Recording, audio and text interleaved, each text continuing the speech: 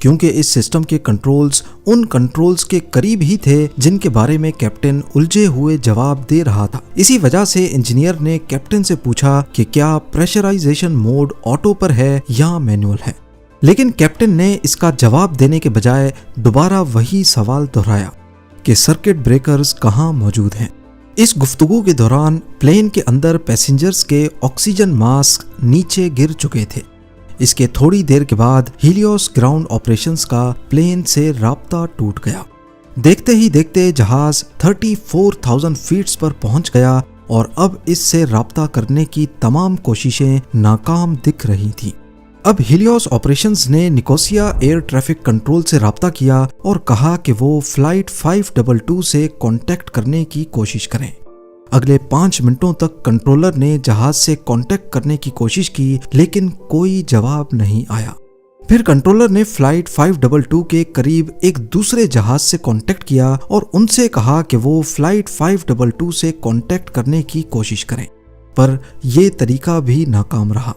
اسی دوران فلائٹ 522 اب گریک ایئر اسپیس میں بنا پرمیشن کے داخل ہو چکی تھی اور اس نے اپنا فلائٹ پلان جاری رکھا۔ Nicosia air traffic control tower نے فلائٹ 522 سے ایمرجنسی فریکوینسی پر بھی رابطہ کرنے کی کوشش کی لیکن یہاں سے بھی کوئی جواب نہیں آیا۔ پھر انہوں نے گریس میں ایتھنز ATC سے رابطہ کیا اور پوچھا کہ کیا ان کا فلائٹ 522 سے رابطہ ہوا ہے یا نہیں، لیکن بدقسمتی سے ان کی ریڈیو کالز کا بھی جہاز سے کوئی جواب نہیں آیا۔ اب یہاں پر 2 پاسبلٹیز تھیں، یا تو فلائٹ 522 میں کوئی ریڈیو ٹرانسمیشن کا مسئلہ ہوا ہے جس کی وجہ سے وہ کالز سن تو پا رہے ہیں لیکن ان کے جواب ٹرانسمٹ نہیں ہو رہے، یا پھر دونوں پائلٹس ہوسٹیج بنا لیے گئے ہیں۔ پہلی پاسبلٹی کو نظر میں رکھتے ہوئے ایتھنز کنٹرول ٹاور نے جہاز کو نیچے اترنے کی پرمیشن دے دی، پر فلائٹ 522 کی طرف سے نیچے اترنے کا کوئی اشارہ نہیں ملا۔ 20 سے زیادہ مرتبہ کانٹیکٹ کرنے کے باوجود جب کوئی جواب نہیں آیا تو مجبوراً ایتھنز ATC نے گریک ایئر فورس سے کانٹیکٹ کیا اور ان کو بتایا کہ فلائٹ 522 بنا پرمیشن کے ایئر اسپیس میں داخل ہوئی ہے اور میسیجز کا جواب بھی نہیں آ رہا۔ گریک ایئر فورس نے فوراً 2 F-16 جیٹس انٹرسیپٹ کرنے کے لیے بھیج دیے۔ اس وقت تک فلائٹ 522 آٹو پائلٹ پہ پرفیکٹلی اپنے فلائٹ پاتھ کو فالو کر رہی تھی۔ جس مقام پر اسے نیچے اترنا تھا وہ پوائنٹ آلریڈی 2 مرتبہ مس ہو چکا تھا، لیکن جہاز 34,000 فیٹس پہ ہی پرواز کر رہا تھا۔ صبح 7:37 AM پر فلائٹ 522 نے ایتھنز ایئرپورٹ کے اوپر ہولڈنگ پیٹرن بنا دیا۔ ہولڈنگ پیٹرن اس پیٹرن کو کہتے ہیں جس میں جہاز ایئرپورٹ کے اوپر ہی گول چکر کاٹ رہا ہوتا ہے اور پرمیشن ملتے ہی وہ لینڈنگ اپروچ بناتا ہے۔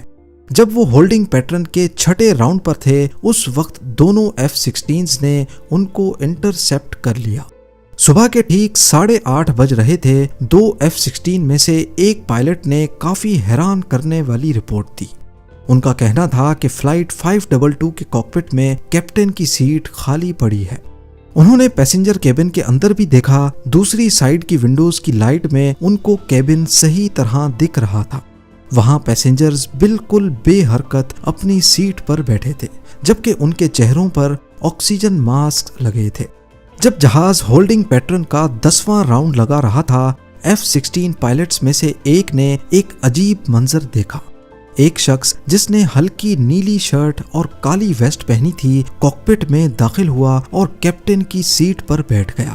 اس نے ہیڈ فونز پہنے اور اپنے ہاتھ اپنے سامنے والے پینل پر رکھ دیے۔ پائلٹس نے کاکپٹ میں موجود شخص کو ہاتھ کا اشارہ کیا جس پر اس نے ہاتھ ہلا کر جواب بھی دیا، پر کچھ ہی لمحوں کے بعد جہاز کا لیفٹ انجن بند ہو گیا، جس کے بعد پلین تیزی سے لیفٹ کی طرف جھکا اور زمین کی طرف اترنے لگا۔ صبح 9 بجے سے تھوڑا پہلے جہاز مزید لیفٹ طرف مڑ گیا اور اس کے بعد اس کا رائٹ انجن بھی بند ہو گیا۔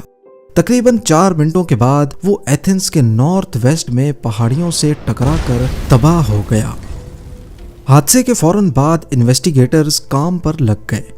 انہوں نے ملبے کا معائنہ کیا اور اس انجینئر سے بھی سوال جواب کیے جس نے حادثے سے پہلے پلین پر مینٹیننس کا کام کیا تھا۔ حادثے سے ایک رات پہلے اسی انجینئر نے جہاز پر پریشرائزیشن لیک ٹیسٹ کیا تھا۔ اس ٹیسٹ کے دوران اس نے اوور ہیڈ پینل پر موجود پریشرائزیشن موڈ کو آٹو سے ہٹا کر مینول پوزیشن میں رکھ دیا تھا، پر کام ختم کرنے کے بعد وہ سوئچ کو واپس آٹو پہ رکھنا بھول گیا۔ جہاز 34,000 فیٹ کی بلندی پر اڑ رہا تھا اور مینول پوزیشن کی وجہ سے اس کے اندر ہوا کا دباؤ کم ہونا شروع ہو گیا۔ کم پریشر میں انسانی دماغ صرف 10 منٹ تک کام کر سکتا ہے اور اس حالت کو ہیپوکسیا کہتے ہیں، یعنی آکسیجن کی کمی۔ اس کا سب سے پہلا اثر دماغ پر ہوتا ہے، جس سے کنفیوژن، سوچنے کی صلاحیت میں کمی اور آخر میں بے ہوشی یا موت بھی ہو سکتی ہے۔ دونوں پائلٹس کو اپنی پری فلائٹ ڈیوٹیز میں اس سوئچ کو چیک کرنا تھا، لیکن انہوں نے غور نہیں کیا کیونکہ نارملی وہ سوئچ آٹو پوزیشن میں ہی ہوتا ہے۔ ان کے پاس مسئلے کو پہچاننے کے لیے 2 اور موقع بھی تھے، ٹیکسی سے پہلے اور ٹیک آف کے بعد، لیکن وہ ہر موقع کو گوا بیٹھے۔ جب جہاز 12,000 فیٹ سے بھی اوپر چلا گیا تو کیبن الٹیٹیوڈ وارننگ الارم بجنا شروع ہو گیا، لیکن پائلٹس کا دھیان پریشرائزیشن سسٹم کے بجائے ٹیک آف کانفیگریشن وارننگ کی طرف چلا گیا۔ اسی غلط فہمی میں انہوں نے وہ پروسیجر شروع کر دیا جو عموماً ٹیک آف سے پہلے رن وے پر کیا جاتا ہے، اور ایسے وہ اصلی مسئلے کو پوری طرح نظر انداز کر بیٹھے۔ اسی دوران جہاز میں آکسیجن ماسک نکل آئے اور پاس آکسی آن کی لائٹ جل پڑی، لیکن ہائپوکسیا کے شروعاتی اثرات کی وجہ سے شاید انہوں نے اس پر بھی دھیان نہیں دیا۔ یہی وہ وقت تھا جب کیپٹن اور فرسٹ آفیسر بے ہوش ہو گئے اور 10 منٹ کی آکسیجن سپلائی ختم ہونے کے بعد پیسنجرز اور کریو بھی اپنے ہوش کھو بیٹھے۔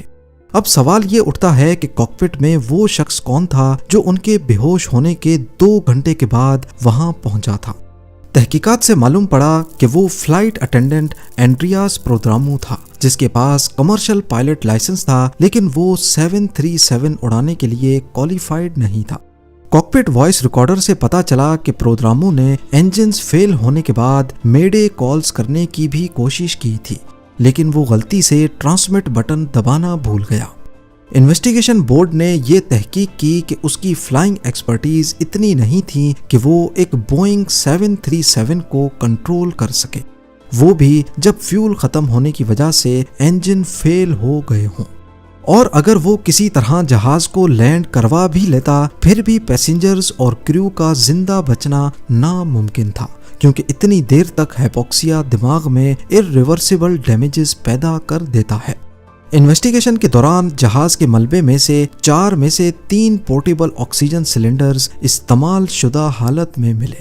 اس سے یہ ثابت ہوا کہ پرودرامو اور شاید 2 اور کیبن کریو ممبرز نے ان سلنڈرز کو استعمال کیا تھا، جس کی وجہ سے وہ باقی مسافروں اور پائلٹس کے مقابلے میں زیادہ دیر تک ہوش میں رہے۔ ہیلیوس فلائٹ 522 کے حادثے کے بعد ایویشن انڈسٹری نے بہت کچھ سیکھا اور کئی نئی SOPs بھی بنائی گئیں، جن میں بوئنگ کو پائلٹس کی ٹریننگ میں اضافہ کرنے اور وارننگز کے فرق کو سمجھنے کی ہدایت دی گئی۔ ان SOPs کو لاگو کرنے کے بعد ہیلیوس فلائٹ 522 جیسا حادثہ آج تک دوبارہ نہیں ہوا۔ امید ہے زیم ٹی وی کی یہ ویڈیو بھی آپ لوگ بھرپور لائک اور شیئر کریں گے۔ آپ لوگوں کے پیار بھرے کامنٹس کا بے حد شکریہ۔ ملتے ہیں اگلی شاندار ویڈیو میں۔